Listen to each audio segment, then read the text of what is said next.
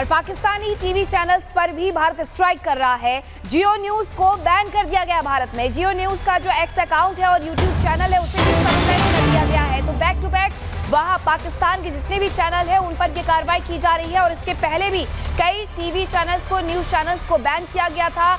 उनके account YouTube से ban कर दिए गए थे, हटा लिए गए थे। इस बीच पाकिस्तानी टीवी चैनल जो जियो न्यूज़ है उसे भी भारत में बैन कर दिया गया है। और इसके साथ ही जो एक्स अकाउंट है उसे सस्पेंड कर दिया गया है। जो यूट्यूब है उसे भी सस्पेंड कर दिया गया है।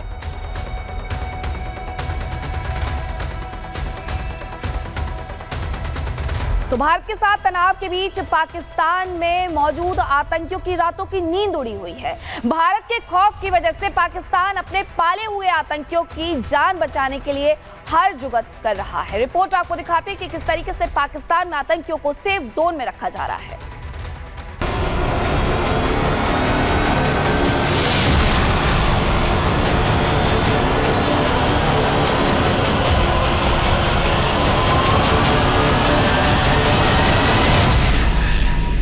सनातन से नफरत की बुनियाद पर बना पाकिस्तान हमेशा से आतंकियों का गढ़ रहा है।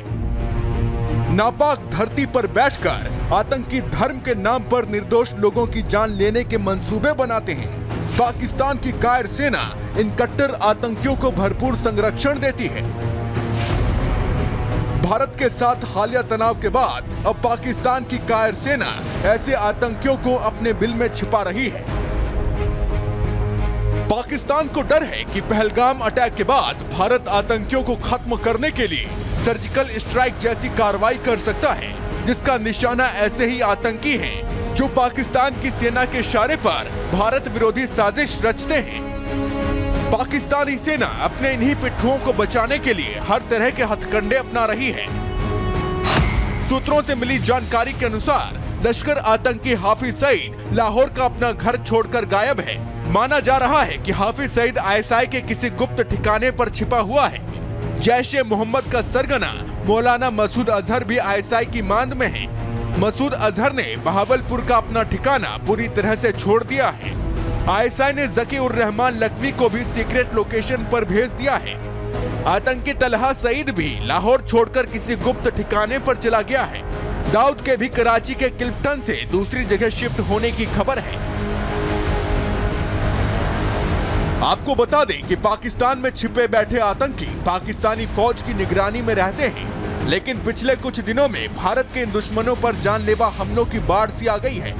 अज्ञात बंदूकधारी इन आतंकियों की सरेआम हत्याएं कर रहे हैं, लेकिन आतंकियों के आका अपने गुर्गों की रक्षा नहीं कर पा रहे हैं। अब जबकि खुद भारत ने ऐसे आतंकियों के खिलाफ एक्शन लेने का ऐलान कर दिया है, तो आतंकी और उनके आकाओं में खौफ का माहौल पसरा हुआ है। भारत से दुश्मनी रखने वाले सभी बड़े आतंकी संगठनों का मुख्यालय पाकिस्तान में ही है। हाफिज सईद की अगुवाई वाला लश्कर-ए-तैयबा, मौलाना मसूद अजहर का जैश-ए-मोहम्मद, हिजबुल मुजाहिदीन, हरकत-उल-जिहाद इस्लामी, हरकत-उल-मुजाहिदीन जैसे सभी आतंकी संगठनों का कामकाज, ट्रेनिंग पाकिस्तान से ही चलती है। पाकिस्तान में बैठे आतंकी ही नहीं, पाकिस्तानी फौज के अफसर भी भारत के संभावित एक्शन से डरे हुए हैं। दावा किया जा रहा है कि पाकिस्तान सेना के जनरलों में अपने परिवार को देश से बाहर भेजने की होड़ लगी हुई है। जब आतंकियों के आकाओं में फैले खौफ की वजह से आतंकी अपने अपने बिलों में छिपे हुए हैं। Bureau report, Republic Bharat.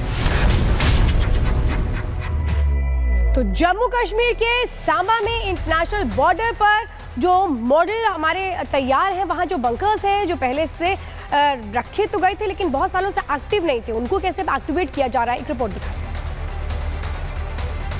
इस वक्त हम भारत पाकिस्तान अंतर्राष्ट्रीय सीमा के सांबा सेक्टर में मौजूद हैं और यहाँ लोगों ने अपने घरों में जो इंडिविजुअल बंकर सरकार की तरफ से बनाए गए थे उन्हें जो है वो पूरी तरह से तैयार कर लिया है।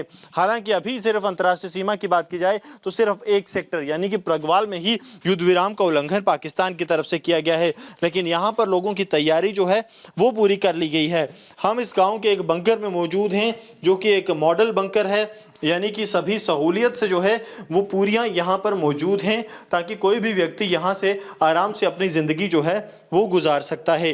ये गांव के एक निवासी सुरेश जो हैं उनका बंकर है। इस वक्त आप यहाँ पर देखेंगे तो सुरेश की तरफ से यहाँ पे नीचे ही बेड लगाए गए हैं, कंबल यहाँ पर रखे गए हैं, एक चार्जिंग के लिए पोर्ट सा रखा गया है ताकि जब ये यहाँ पर रहें तो यहाँ पर ये अपना मोबाइल चार्ज कर सके। पंखे यहाँ पर लगाए गए हैं, लाइट्स यहाँ पर लगाई गई हैं। सुरेश से हम बात करते हैं। सुरेश, मुझे ये बताइए, जिस तरह से नियंत्रण रेखा पर लगातार युद्ध विराम उल्लंघन हो रहा है, इस बात का भी डर है कि यहाँ भी फायरिंग हो सकती है? हाँ, जैसे कि LOC पर भी 2-4 दिन से फायरिंग हो रही है, लेकिन जो सीमांत क्षेत्र ये IB बॉर्डर पड़ता है, लेकिन जहाँ भी माहौल थोड़ा डर का बना हुआ है। जो अभी गेहूं की कटाई चल रही थी, जल्दी से जल्दी हमने कटाई की तो जो भी हमारी फसल थी काट के हमने अंदर लगा ली, लेकिन अभी डर का माहौल है। पूरा परिवार हम जब शाम को रोटी राटी खा के तो हम इसी बंकर में रात को हम पूरा परिवार सोते हैं।